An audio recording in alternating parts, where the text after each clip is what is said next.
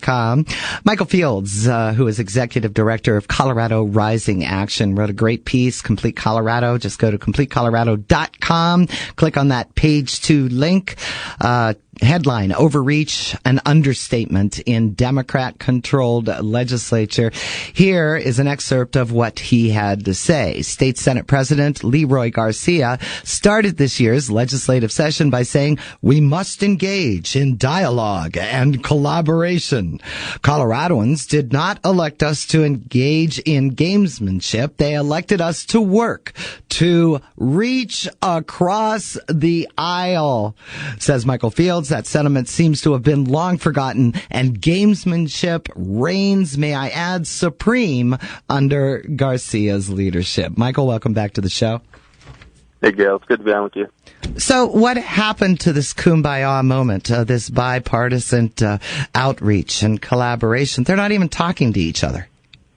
No, it's totally gone at this point. And I think it really started with the Democrats trying to ram through a bunch of legislation that we've talked about, and they've added more in the last 2 weeks since we talked last. It's crazy. But yeah, it is. It's one of those sessions that, as I ended in the piece saying, it's going to be remembered for a long time and not in a good way. So Democrats have been doing this for weeks, and Republicans finally said slow down, and they're using the tools that they have in order to do that, which is like read the bill, simple stuff that people think is happening anyway. And the Democrats are up in arms. So there's no love lost between the two parties at this point at the legislature. Yeah, thank you, State Senator John Cook, with that housekeeping bill. I believe it was 1172, some 2,023 pages. Says, nope, we got to read this bill. But was outmaneuvered, well, initially by the Democrats, and they brought in, 5 computers that simultaneously read the bill, and it was like, I mean, unintelligible is an understatement. But again, the Republicans winning in their quest to have those bills read in a way that is understandable. Yeah, the courts came out, maybe surprisingly, maybe not, but the judge said that you couldn't understand a word that was being said, and you couldn't. It was really a weird thing with 5 computers going very fast to try to read this bill. If they don't like the rule that you can read the bill, then get rid of that rule, I guess. But I think most people would say, if you're going to pass something and somebody wants to hear it on the floor, that's a pretty reasonable thing. And obviously, it was a very long bill that the Republicans wanted the Democrats and the Senate to read. But it's because of the process. It's because there hasn't been any collaboration.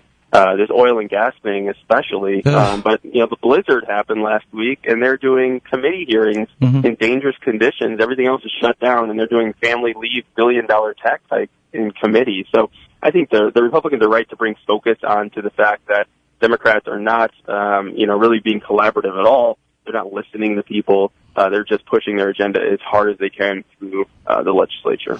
Well, and it's astonishing. I've alluded to this earlier in the show, but had the opportunity to talk to a number of folks in local politics, state politics, law enforcement, and the resounding refrain, for example, when they spoke with Colorado Governor Jared Polis about their concerns when it comes to Senate Bill 181, and I'm sorry, that was totally shady what they did with 181 in the Senate when, as you said, everything else was closed down. And you had Senate President Leroy Garcia saying, well, I'm a Marine and we have a job to do. It's like, oh, come on.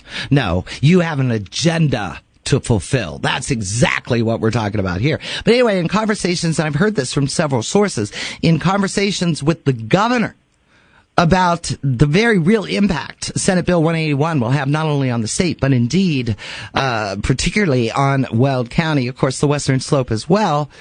Jared Polis saying, well, no, this is not going to impact Colorado, adding, have I ever been wrong? Seriously. Yes.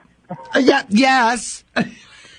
I think it's unbelievable that either they don't know that it's going to have the impact that it does, or they know it and they're just saying that. And I think either one is very bad because it is going to have a huge impact.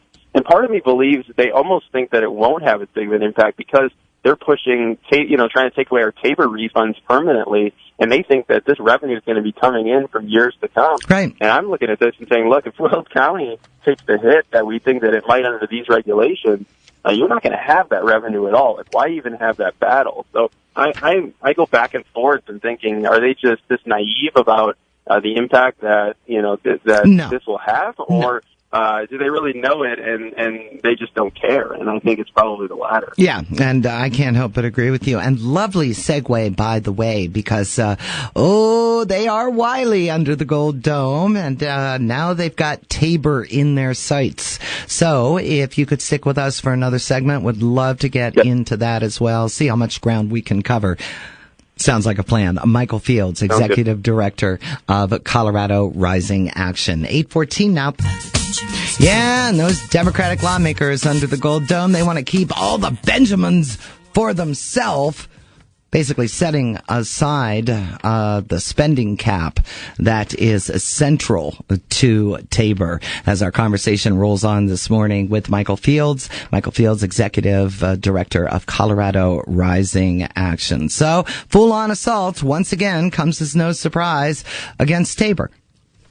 Yeah, and we talked about this in the past. We knew it would be coming, but Speaker Casey Becker unveiled a bill to take away our Tabor refunds forever, permanently. If you remember back, Referendum C back in 2005 was a 5-year Tabor timeout, which what they called it. But basically, you have two parts to Tabor. You can vote on tax increases, then it limits government to population plus inflation growth.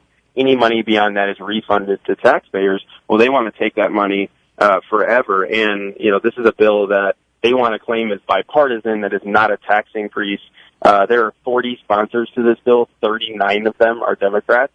And this idea that it's not a tax increase is not a tax rate increase, but when they are keeping more of your money that would otherwise go back to you for a permanent amount of time, it is absolutely a tax increase. So this is one of the assaults that they're doing on Tabor. There are several ones going on.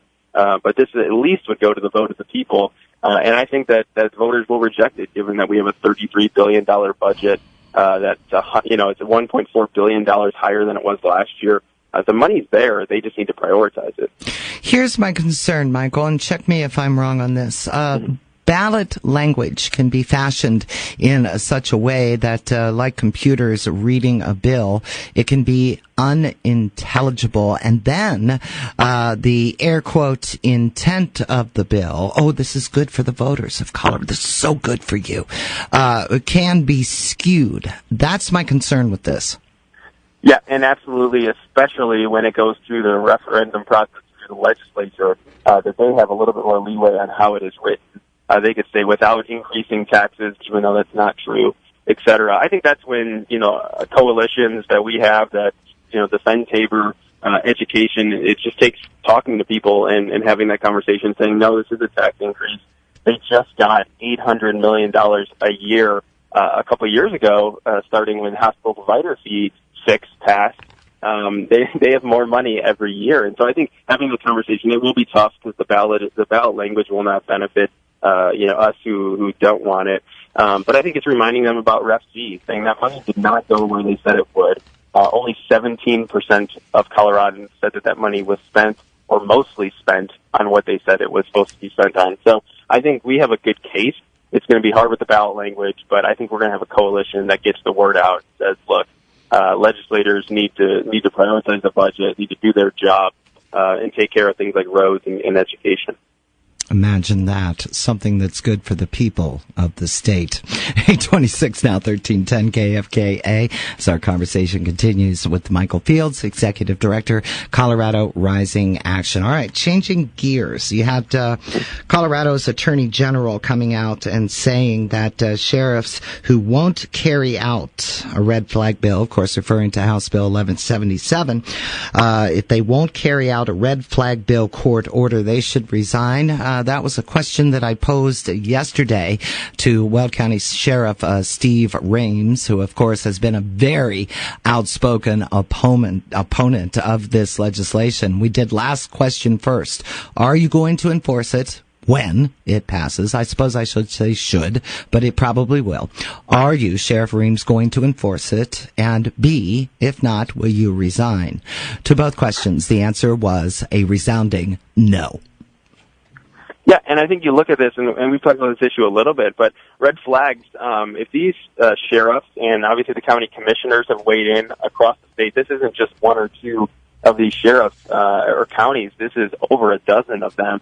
It's an interesting idea that the Attorney General would say that they should resign. They were elected by the people the same way that he was. Right. And 2 days later, he comes out, and he's a big supporter of sanctuary cities, which is ironic given the fact that there's federal law and, basically he wants Colorado to ignore that. But I think there's a process for this, right? Like, we know that if this goes along, the courts are going to weigh in. They're going to say, look, you have to do this or you don't, and you can make decisions. There are consequences for that.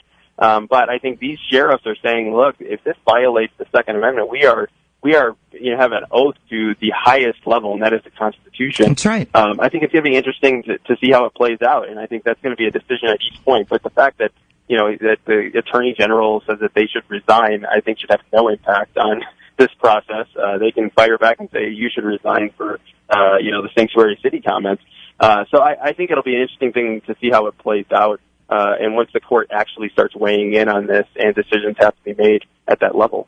Yeah, because if passed, and again, it's interesting because you have Senate President Leroy Garcia curiously quiet about where he falls on this particular piece of legislation. I can't help but think he's seeing recall echoes of 2013. Well, yeah, that was his district there. Right? That's how he got his seat eventually, was because the recalls happened there. And I think you see a similar thing with the death penalty. They're pushing that off because they're losing the votes that they need to pass it. You just never know. I mean, this process, it has to play out. The Senate is kind of taken for granted. And I think it'll pass, but I think, Leroy Garcia is nervous about it for sure. Yeah, and for good reason. Michael Fields, Executive Director, Colorado Rising Action. Boy, so much to cover, and I look forward to our next opportunity to do that. Where can we learn more about Colorado Rising Action? ColoradoRisingAction.org on Twitter, Facebook, everything. And it's good to be on with you. Thank you.